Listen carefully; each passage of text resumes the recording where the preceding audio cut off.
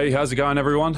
My name's Genetics and I'm going to be doing a review on the Scuf Envision Pro. I have been exclusively using this controller for about just over a year now.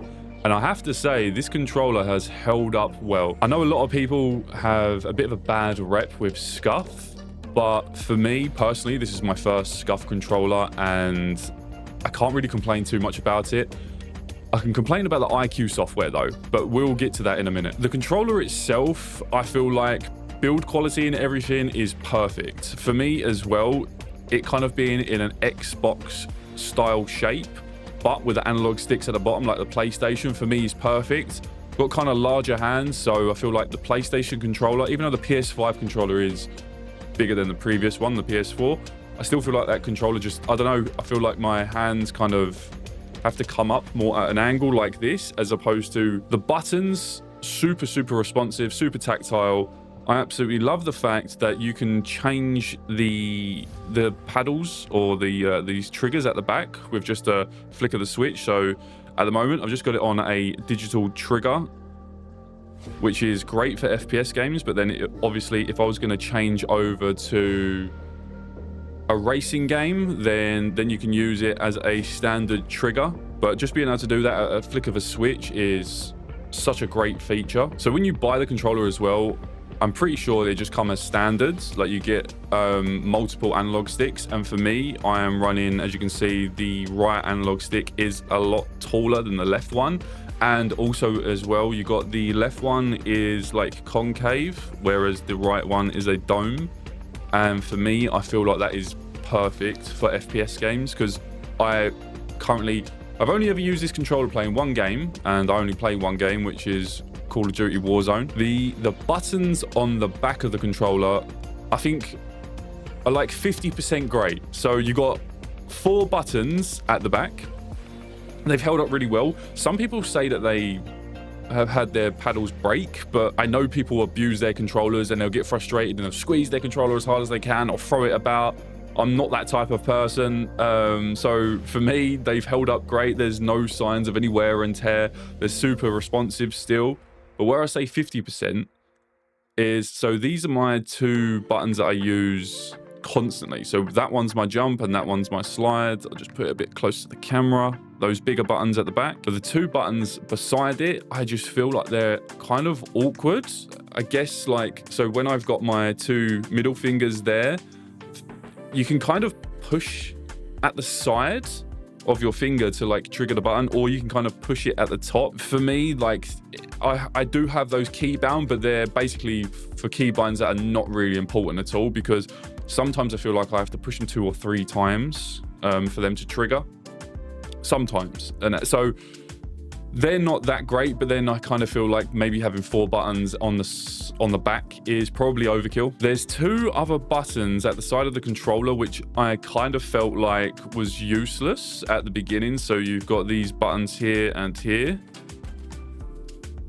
and to be fair, I actually use them a lot more than I anticipated. Again, they're not for like super important things. On Call of Duty, you don't want to lift your thumbs off the thumbsticks as little as possible anyway, if you can help it. So for me, I use like one of these buttons as my ping, and then the other one I use as to swap weapon. I do still have a bad habit of taking my thumb off and pushing the Y or the triangle button to swap my weapons, but I have that as my left as well. Sometimes I use it, sometimes I don't. Muscle memory takes over with that one. But apart from that, they're actually super useful. So you also have these 5, you can't really see, you can kind of see them. You have these 5 buttons at the bottom as well, which you can kind of program to anything. I did use it at first when I didn't have any foot pedals. I would use them to like mute my microphone or maybe do a transition on my OBS. But I then realized the IQ software, and this IQ software is awful. So my computer, I have mainly Corsair parts like the fans and the cooler for the CPU, and it's all controlled through the IQ software. I didn't realize you could save settings to the inbuilt memory on them as well. So every time that I'll turn off the IQ software, there'll be different colors and it'll be just working a little bit differently. But I've then found out, oh, you can actually save it to the inbuilt memory. So for me, I save everything to the inbuilt memory on the controller, and then I just don't run the IQ software anymore. So I have turned it off from the Windows startup. And since then, it's been great, because for some weird reason, you'll be running around doing whatever you're doing.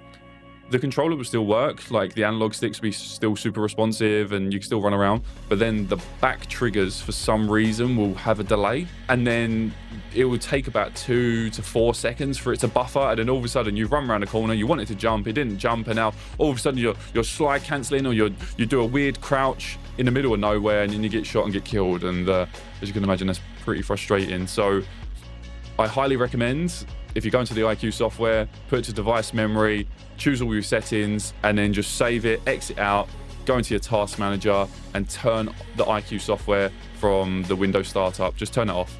But the only problem when you do that is that you can't use like certain macros, which I never used anyway. I see that some people did, but then also those 5 buttons at the bottom, you can't use them anymore. But again, they're kind of a novelty, I believe, anyway.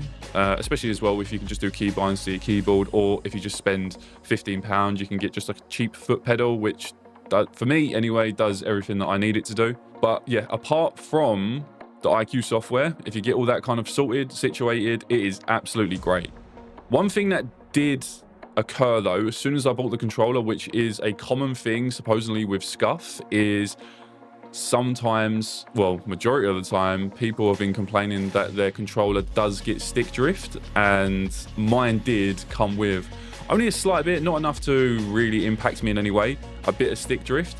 When I went into the IQ software, they also have a part where you can adjust your dead zones, and I think by default it was on 3%, and then so I'd have that set on my IQ software, then I would follow some tutorials for the best controller settings on Call of Duty, and then they'll adjust their dead zone settings as well.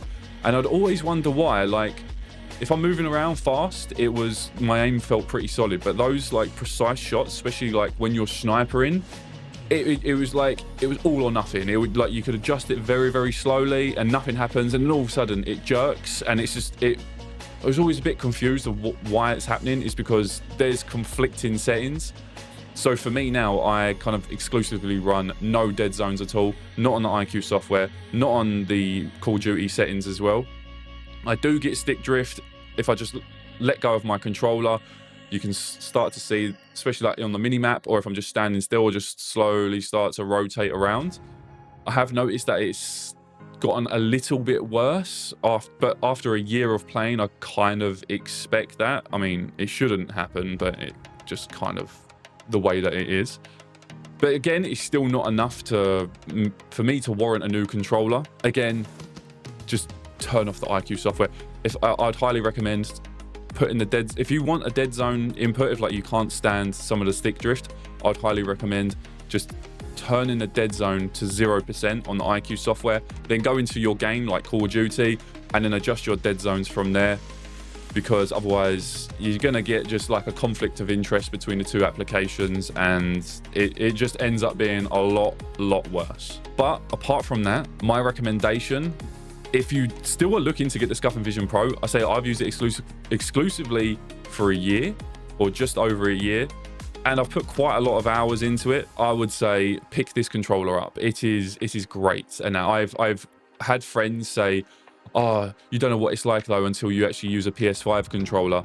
And I've gone around to my friend's house on their, granted, I wasn't on a PC or anything, I was on their PlayStation 5, not on like the best setup or anything, but for me, the controller felt cheap, and it just didn't feel that great, as opposed to this Scuf controller. It just feels premium. It just feels great. I seriously can't complain about it. I say I've had it for a year, I've cleaned it all up and that, and it just looks brand new. Feels like it is brand new, just with a tiny bit of stick drift. Everything still works fine. I run it corded the whole time. I used to do it wireless, but I think to reduce any type of input delay, you still want to run it wired.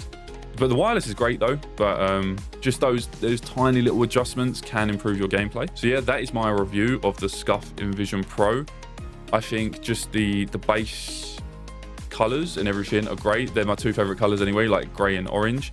And also as well, if you really want to, you can change the faceplates. They're super easy, just held on by magnets as well if you fancy customizing it. It's a shame that you can't take the analog sticks out yourself and then replace them, because for me that's all that I would want to do, instead of sending it off to Scuf and then waiting maybe a month to kind of get it back. Apart from that, it's fantastic. I highly recommend it. Just I don't recommend the software. Turn the software off. That's my review for the Scuf Envision Pro. Before I forget as well, the price point seems to be a lot better than other competitors, unless you went with like Scuf. I don't know what the PlayStation 5 called, the Reflex or something. When I've gone to like different competitors and looked at their controllers, the price was ridiculous. I think when I paid this is when the controller first came out, I think I paid about, it was between 160 and 180 pound. I think the price point is still about that, around that range. But if you want like an equivalent controller, like a PlayStation 5 one or an Xbox one,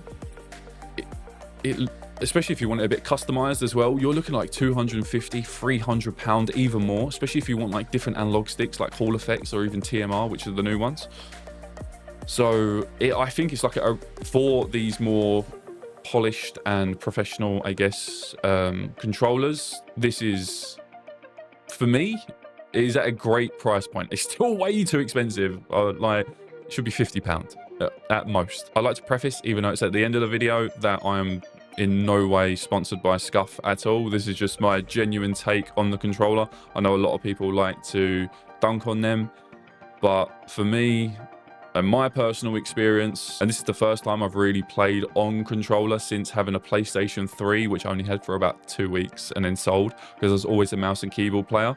I bought cheap controllers in the past from Amazon, and I didn't realize there was such a difference from going from a 10-15 pound controller to then going to one that's a lot more premium. Like, my aim improved drastically as soon as I picked up the controller. So yeah, that's my review. Hope you enjoyed. Please click like on the video, comment below, tell me what controller that you're running. Are you thinking about getting a new controller or not? And subscribe if you want to see more content. Verdansk is only just around the corner, so I'm going to be smashing that game out as much as possible. Hope you enjoyed the video, guys, and I'll catch you on the next one.